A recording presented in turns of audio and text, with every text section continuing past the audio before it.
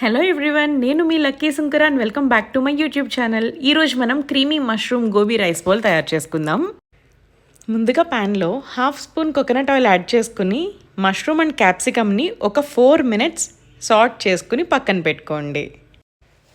అదే ప్యాన్లో 1/2 spoon coconut oil, 1 spoon minced garlic, 1 scoop of all plant protein పౌడర్ని add చేసుకుని 2 minutes లో ఫ్లేమ్లో కుక్ చేసుకోండి. దీనిలో కొద్దిగా వాటర్ యాడ్ చేసుకుంటూ కలుపుకోండి. లమ్స్ ఏమీ రాకుండా కొద్దిగా వాటర్ యాడ్ చేసుకోండి. ఒక 2 minutes అట్లా బాయిల్ అయ్యాక దీనిలో green chillies and onions add చేసుకుని ఇంకొక 5 to 8 minutes కుక్ అవ్వనివ్వండి. మిక్స్డ్ హర్బ్స్, పెరి అండ్ సాల్ట్ని యాడ్ చేసుకుని బాగా కుక్ అవ్వనివ్వండి.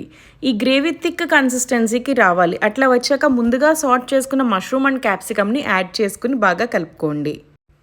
Handful of spring onion and 1 spoon of చీజ్ని యాడ్ చేసుకుని స్టవ్ ఆఫ్ చేసేసుకోండి, సరిపోతుంది. క్యారెట్ అండ్ కొరియాండర్తో గార్నిష్ చేసుకుంటే చీజీ మష్రూమ్ రెడీ అయిపోయింది. ఇప్పుడు గోబీ రైస్ కోసం గోబీని హ్యాండ్ చాపర్లో వేసుకుని మిన్స్డ్ గోబీలా చేసుకోండి.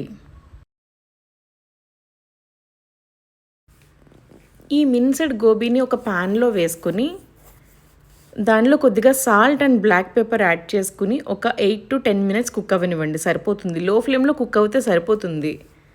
అంతేనండి, గోబీ రైస్ రెడీ అయిపోయింది. ఇప్పుడు దీన్ని ఒక సర్వింగ్ బౌల్లో గోబీ రైస్ని సర్వ్ చేసుకుని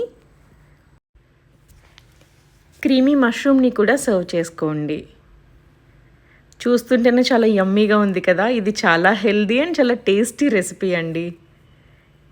అంతేనండి, creamy mushroom gobi rice bowl ready అయిపోయింది. Thanks for watching.